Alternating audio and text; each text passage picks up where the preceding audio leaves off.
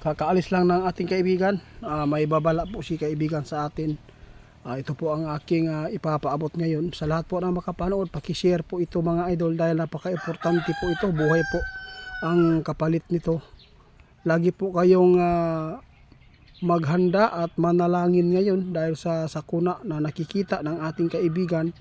Dahil mayroon nang naganap doon sa Cebu, 5.4 magnitude. Mayroon nangyari sa Mindanao 6.0, 5.9. Mga idol, tandaan po ninyo itong ipinapaabot ng ating kaibigan. Sa ngayon, nagpapatuloy po ang kanilang nakikita dito sa paggalaw po ng lupa.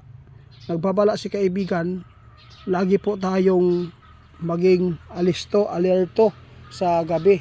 Lalo na sa mga 3-story na bahay dyan, kung matulog kayo, doon lang po kayo sa baba muna. Dahil pasama ng pasama kasi naumpisa na po ang pagyanig. Ito po yung nakakatakot na impormasyon ng ating kaibigan.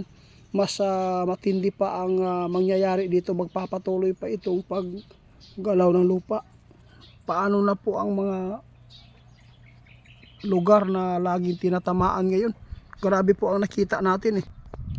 Tandaan po ninyo sa Cebu 5.4 magnitude lang. Pero grabe po ang lakas na. Tingnan po ninyo ang mga tao doon nagsing upo, no? Sa takot. Grabe, nakita natin sa sa social media na nakunan pa ng CCTV. Ito ngayon ang nabalakan o na nalungkot si kaibigan dahil sa patuloy na paggalaw sa ilalim ng lupa. Ibig sabihin nito may matindi pang mas malakas pa dito ang tindol na darating sa atin. Kaya sa lahat po ng mga mapaabotan natin sa video ito, mamayang gabi o bukas, basta ngayong buwan na to, mag-ingat tayo lagi. Maghanda lang po tayo ng mga flashlight. Huwag po tayo matulog sa taas, no? Baka mayroon pong mga bahay dyan na makapanood sa atin. May mga bahay na matataas ba, mga 3-story, 4-story. Ayaw mo higda diha. Kay delikado kayo. Kaya nainakita si kaibigan na kusog nga linog mga idol. Maudyod na ako ang ikalabalakan karon kay ang 5.4 magnitude. Grabe na ang naitabo nga tarog ng tumbagan ito mga kuan. Kanang butanganan sa mga paninda. Grabe. Samot na kining giingon ni kaibigan na posibleng aabot ng 7 magnitude. Tandaan po ninyo kapag ang Pilipinas na makasinati o makasagupa ng mahihinaan na paglindol tulad ngayon 5.4, yung niagi 5.9, kana pataas ng pataas yun mga idol. Ibig sabihin nito may mangyayari pa talaga na mas malakas pa dito sa nangyari dito sa Mindanao 5.9, 5.4 doon sa Cebu. Ang Cebu iba, kahit mahina po ang paggalaw sa lupa, pero grabe po ang mga naaapektuhan ng mga paninda.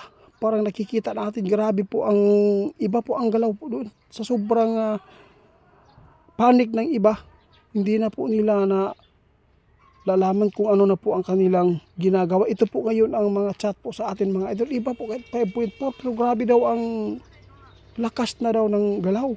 5.4 ikumpara dito sa 5.9 dito sa Mindanao. Hindi masyado.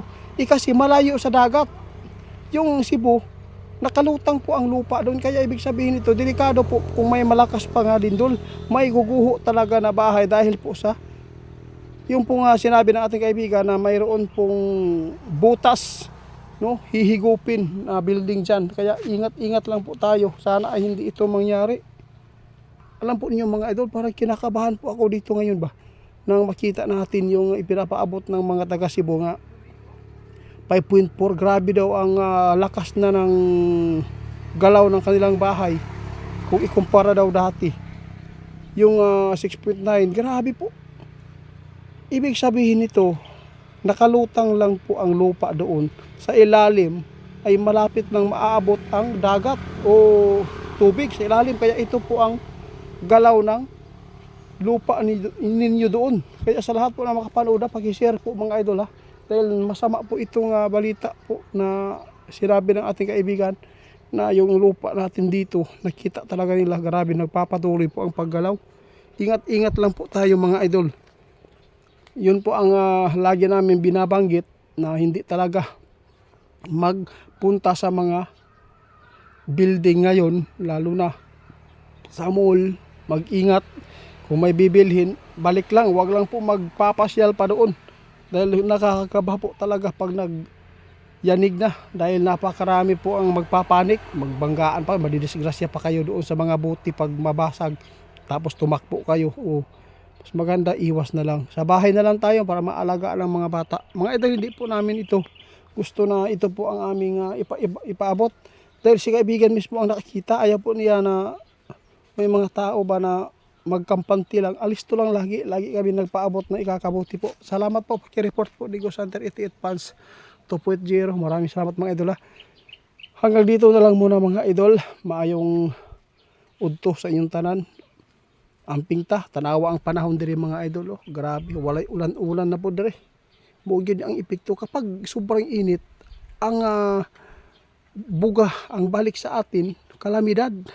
Dahil po ang kalikasan natin hindi na po makapagbigay po ng magandang enerhiya sa hangin na presko, dahil ang ating kagubatan puro na upaw. Wala nang mga kahoy na malalaki dahil naubos po sa loggers.